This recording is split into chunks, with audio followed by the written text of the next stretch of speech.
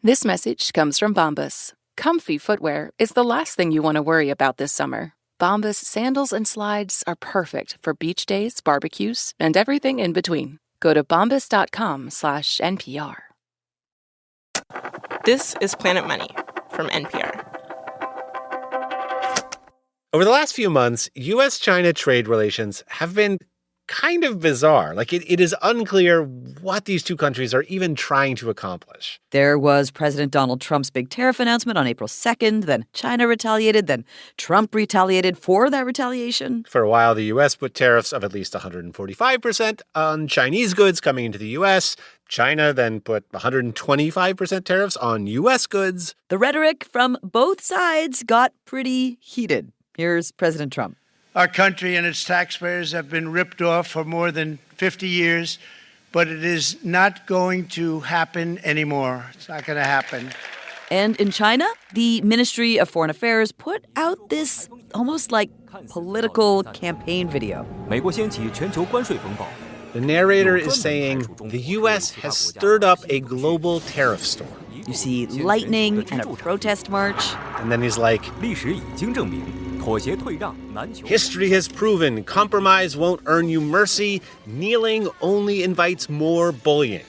No one was going to back down. Then, earlier this month, everyone backed down. And it was announced that tariffs were lowered to 30% on Chinese goods and 10% on American goods. And then this week, two separate courts ruled that actually maybe a lot of the new U.S. tariffs are illegal, but the White House has appealed. It's disorienting, but it's also fascinating. We called up trade economist Emily Blanchard to help us figure out how we should even begin to try to make sense of all of this, or at least the trade war part of all of this. It is not the easiest moment, we should say, to get time with Emily. I just did a panel at 12. I'm doing another panel at 5. We have a national security and economics conference here all day tomorrow. The reason everyone wants to talk to Emily right now is because she has lived all of this stuff. Currently, she teaches at Dartmouth's business school, but during the Biden administration, she was the chief economist at the State Department. And Emily told us the tool she keeps returning to make sense of all of this chaos is this one particular branch of economics, game theory. Behavior, choices, is always the reflection of your own incentives, right? It's like, what do you want to have happen? And game theory is really just saying, well, what happens is not only a function of your choices, it's also a function of the choices of others. Game theory can show you how strategies bend and shift when I think that you think that I'll do one thing and you think that I think that you'll do this other thing. And using game theory, economists like Emily can at least try to untangle what the U.S. and China are up to. How exactly they're fighting this trade war we suddenly find ourselves in the middle of. The first step in this analysis is to decide which of the many games game theorists have modeled is even the right one for the particular situation. You've got the prisoner's dilemma, the stag hunt, the dictator game, even chicken, where we drive right at each other until one of us swerves out of the way. That can be modeled in game theory. Then, once the economists know what game is being played, they will be able to identify the optimal strategy for that game. But Emily says when she looks at this trade war between the U.S. and China, she isn't even sure the two sides have done the first step of identifying the game. What happens if you think you're playing one game, but in fact you're playing a very different game? What are the consequences of that? It's very bad. If you're playing the optimal strategy to the game that you're not in, the odds that you really have the optimal strategy are very, very low. Hello and welcome to Planet Money. I'm Keith Romer. And I'm Amanda Aronczyk. Today on the show, what game is the U.S. playing in its trade war with China? We will take a look at 4 possible contenders to see what each of them can teach us about the American and Chinese strategies and about how this whole trade war might end up playing out.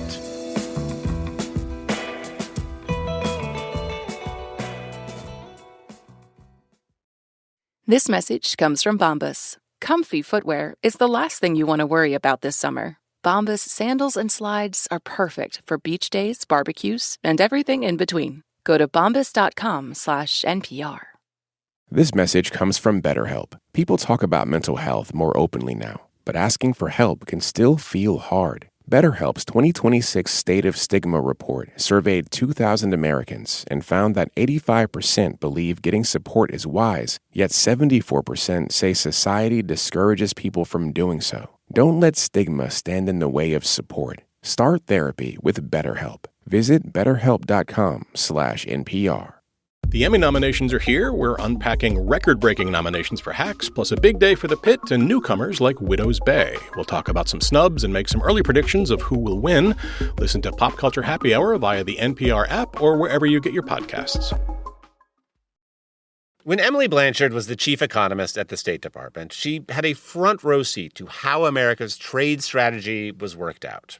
Now she's on the outside looking in, keeping a close eye on everything folks in D.C. and Beijing are saying and doing, and then using that as clues to how this trade war might go down. I'm trying to back out from observed behavior and figure out, what do they think the game is? And then what's their strategy? So we asked Emily to be kind of our trade and diplomacy interpreter. She says there are clues to what game theory game the U.S. is playing in the ways President Trump tends to talk about trade negotiations. We're going to sit down and we're going to put very fair numbers down and we're going to say, here's what this country, what we want. You know, China, you have to buy another $1 billion worth of American wheat next year. And they'll either say, great, and they'll start shopping, or they'll say, not good, we're not going to do it. And I said, that's okay, you don't have to shop. Now. So which game is Trump playing? To Emily, it looks like he was thinking in terms of one in particular. I think many of the choices of the administration and the statements of the Trump administration and the president himself kind of suggest to me that he thinks maybe this is a take it or leave it game, right? Where the U.S., it's big, it's powerful, we're going first. We're going to offer you a deal, and you can take it or leave it. In game theory, a take it or leave it game is known as an ultimatum game. And to illustrate how it works, Amanda, you and I are going to play a quick version of the game right now. You're going to give me an ultimatum, and I'm going to have to decide whether I want it or don't want it? Basically, yes, but there are some rules. An ultimatum game is a really simple game. One player is called a proposer, and the other player is a responder. And the proposer has all the power.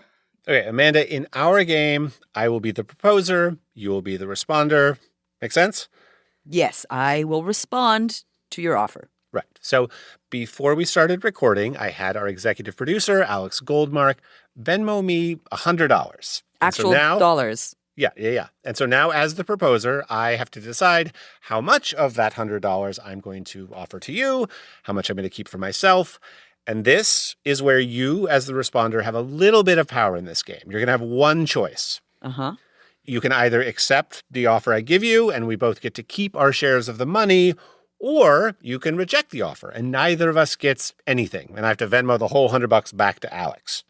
Do you get the terms? I think I understand the terms. Okay, I'm going to open up Venmo, look for Amanda Aronczyk. I'm writing down my offer, and I'm just going to show you the screen of what I'm offering you, and you tell me whether you would like to accept this offer or reject it. Okay, so yeah, as expected, the offer is $1. So basically, Keith will get 99 and I will get $1. So do I want Keith to suffer and get nothing just because I feel like his offer was pitiful and small and sad? Or do I want $1? And you know what, dude?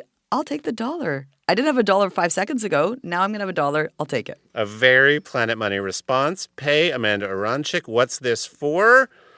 Game theory. Pay. Oh, I got it. Game theory. Thank you, Keith. Thanks, Alex. Thanks, Planet Money. Okay, so Amanda, the strategy we actually both just used is what's known as the optimal strategy, right? You chose the best rational path. Uh-huh. Emily told me that we arrived at what game theory calls an equilibrium, where neither of us could have improved our outcome by deviating from the strategy we chose. Given that the responder has no outside option, Like they get 0 if they reject, or they get whatever has been offered to them. The equilibrium of the game is the proposer offers virtually nothing and the responder just takes it. That was me. Wah, wah. I'm the guy who just took it. I will say, Amanda, Emily did mention that, like, when they bring volunteers into the lab to play this game, a lot of them behave the way that you were sort of pressuring me to behave. Actually, if you play these games in an experimental setting, you actually don't see very often that perfect equilibrium. Instead, you see splits that are a lot closer to 50-50 than you would expect. So other kinder people are more likely to give $50? Is that what she's saying? Sure. But Emily says forget about kindness. And for that matter, forget about what the right way to play the ultimatum game is. She says the part worth paying attention to in all of this is the White House's hunch that they are playing an ultimatum game at all.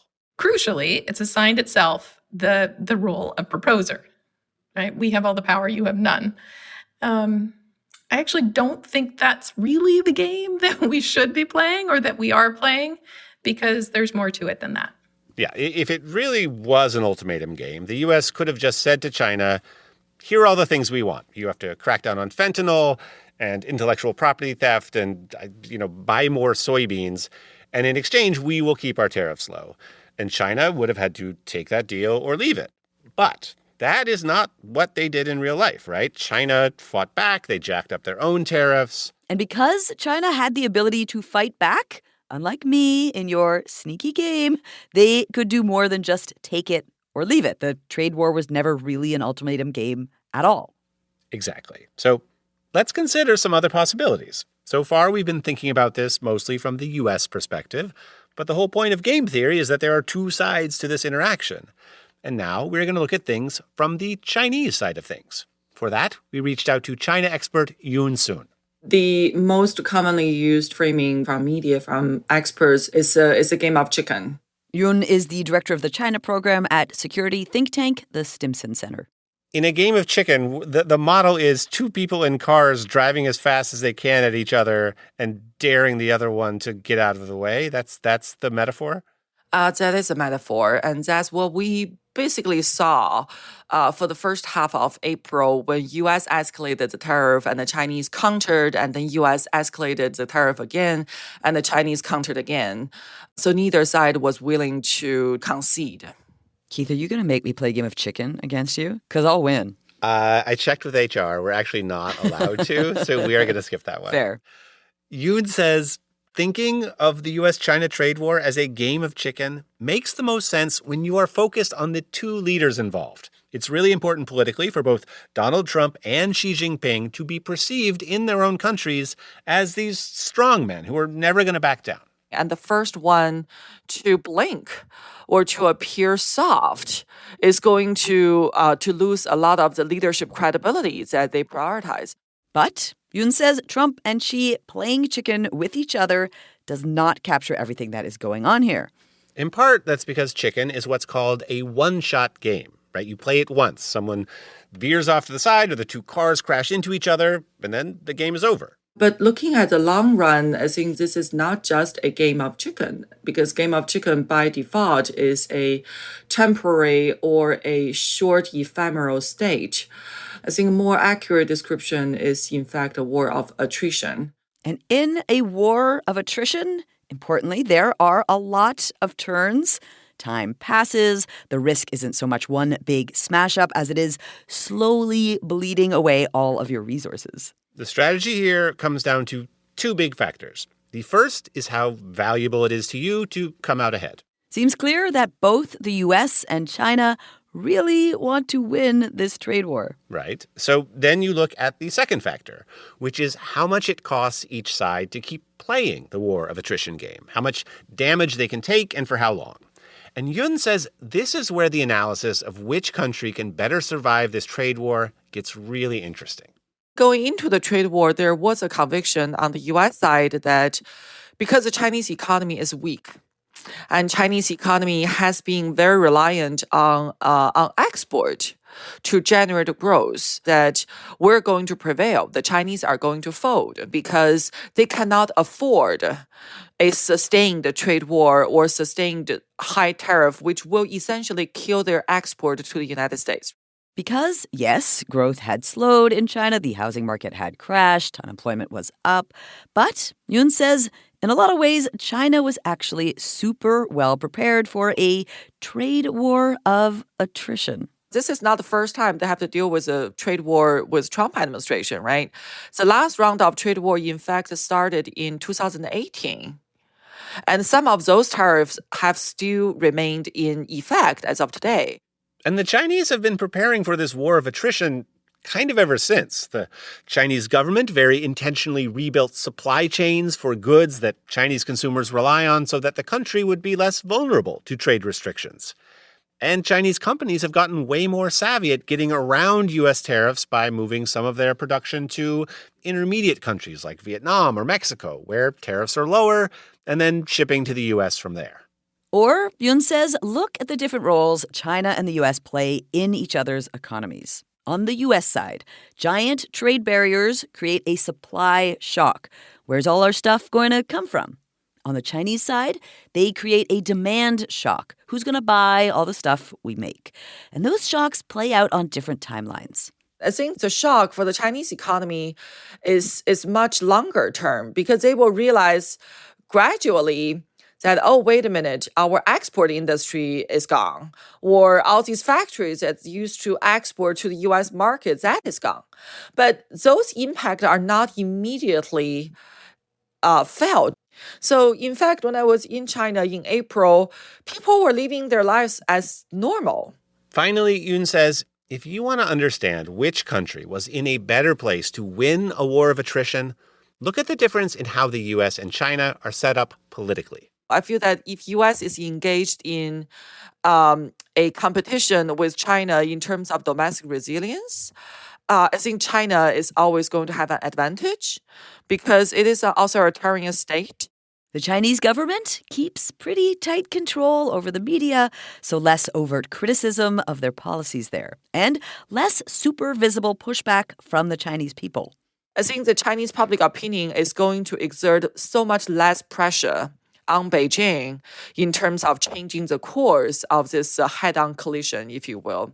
In the U.S., on the other hand, after the introduction of the tariffs, stock market became extremely volatile. Economists were predicting a recession. And last but not least, we're also seeing the retail industries start to panic and customers start to panic. In retrospect, it does seem like it was costing the U.S. government a lot more politically to keep playing the war of attrition than it was costing the Chinese government. Which might have been part of the motivation for Treasury Secretary Scott Bessent hopping on a plane to Switzerland to negotiate that 90-day pause on the new tariffs. I think the major watershed significance of this round is that the Chinese come to see that Trump is vulnerable. After the Liberation Day, how Trump has reacted to the volatility on the stock market, on the bond market, and to the U.S. consumers, I think that suddenly made the Chinese realize that, oh, he's not invincible. He's actually susceptible to domestic pressure. And I suspect that in the future, if there's going to be escalation or negotiation again, that the Chinese will exploit those vulnerabilities.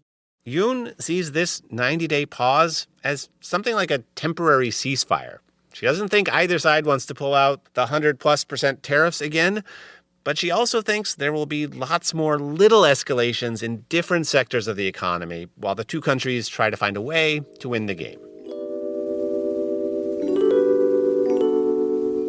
After the break, we consider one last possibility for the game the U.S. and China might be playing. A game where maybe we can all walk away happy. Potentially. If everyone can just figure out how to play it right.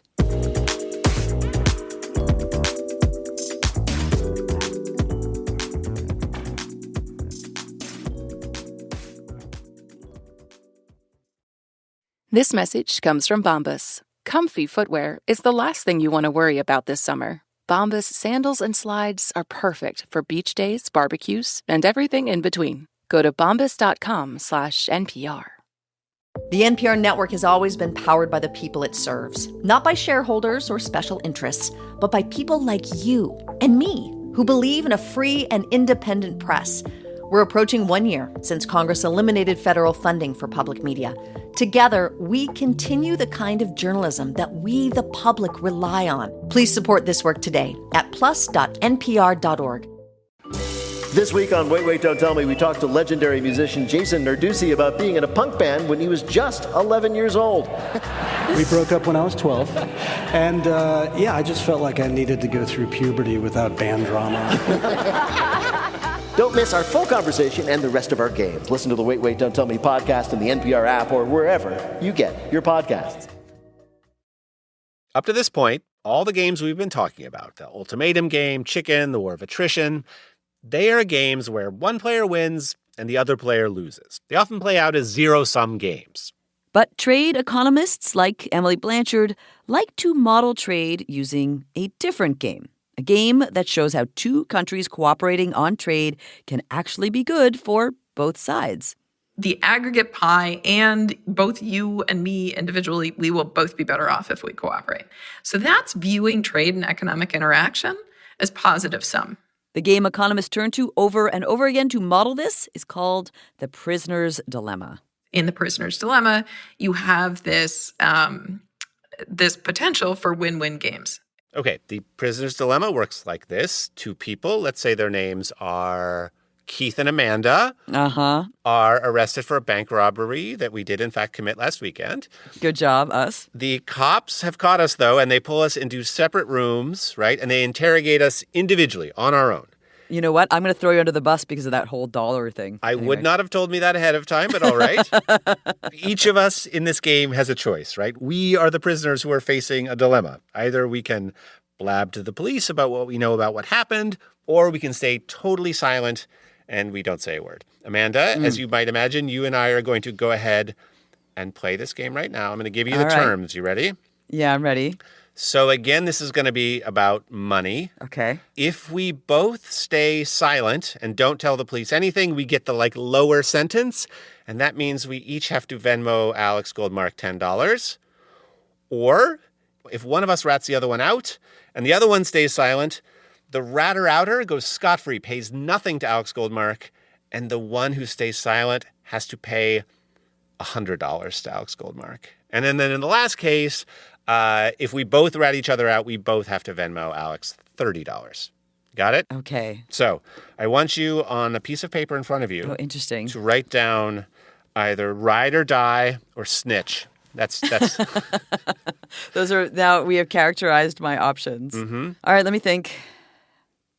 All right, I've picked. Okay. I wrote it down on a piece of paper, and I have circled my choice. Okay, let's reveal to each other in 3, 2, 1. Oh, you snitched on me. Oh, you went Keith ride or die. Romer. Ride or die, we are friends. Oh, what is this? Amanda. Oh, come on. So, great news for me. Yeah. I get to keep all of the money from Alex Goldmark. I don't have to Venmo him anything. But if you could go ahead and open up your Venmo account right now. Yeah. Do I really have to do this? Yeah, $100. I'm running for stupid game organized by stupid Keith Romer. All right.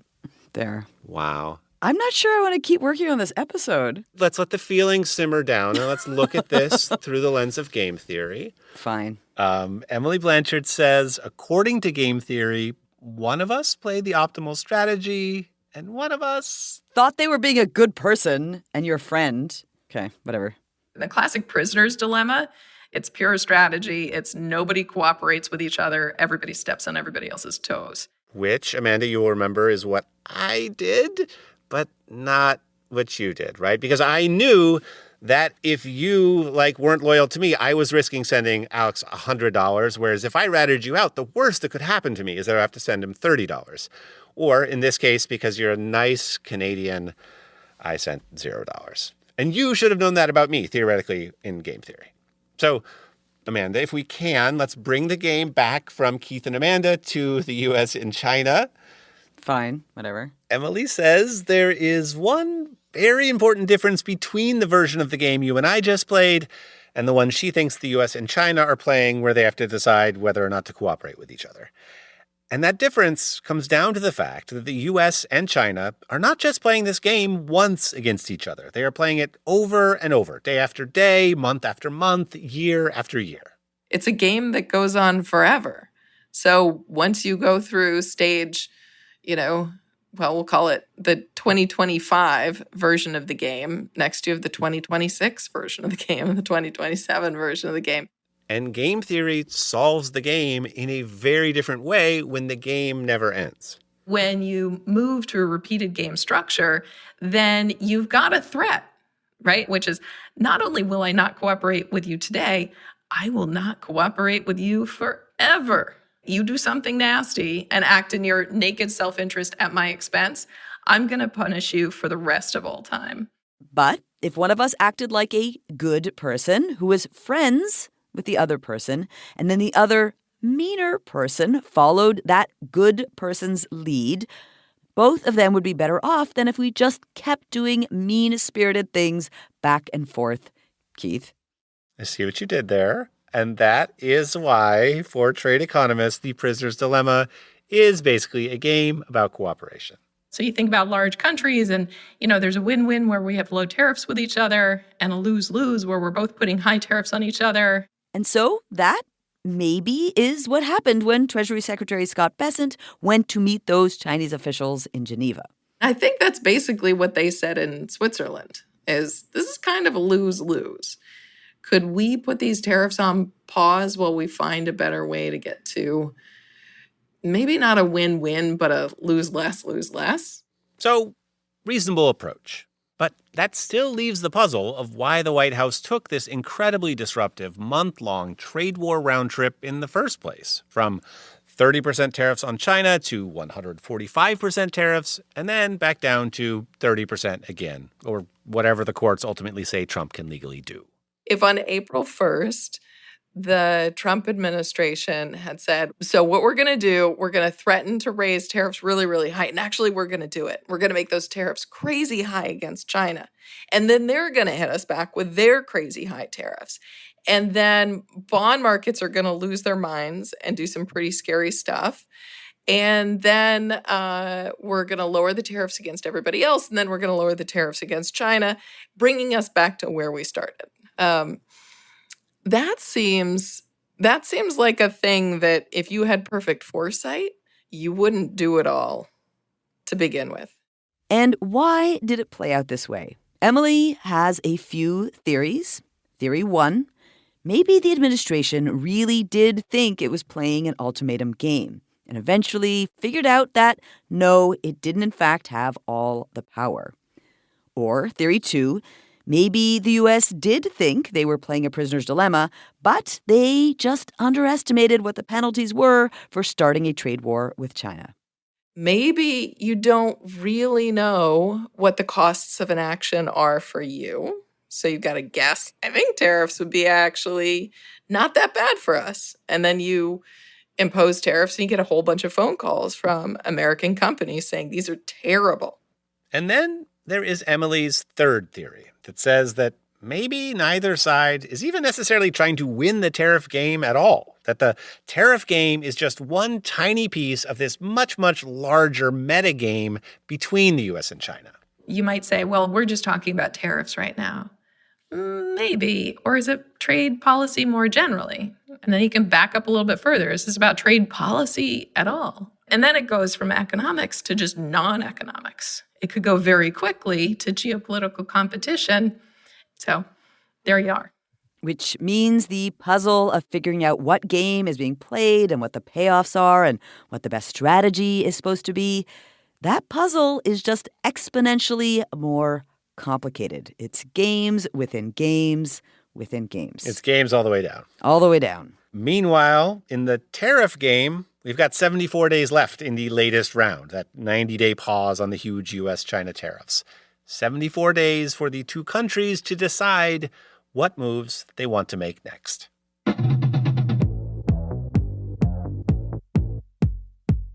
If you would like to hear more about the U.S.-China trade war, we've got recent episodes about how small businesses are dealing with the uncertainty created by this trade war, farmers' experiences of the last trade war, and a show that tries to get to the bottom of what made in China really means legally. You can find links for all of those episodes in our show notes. Today's show was produced by Sam Yellowhorse Kesler with help from Sylvie Douglis. It was edited by Jess Jiang, fact-checked by Sierra Juarez, and engineered by Kwesi Lee with help from Robert Rodriguez and Cena Lofreddo. Alex Goldmark is our executive producer. I'm Amanda Aronczyk. And I'm Keith Romer. This is NPR. Thanks for listening. This message comes from Thumbtack. Some tasks can feel easy, but home projects can bring second guesses. Is that noise normal? Is that water damage? Who should be called? That's where Thumbtack comes in. Just upload a photo or voice note, and it uses AI-powered search to match with the right top-rated local pro. So instead of guessing, there's clarity and confidence when hiring. For your next home project, try Thumbtack. Hire the right pro today.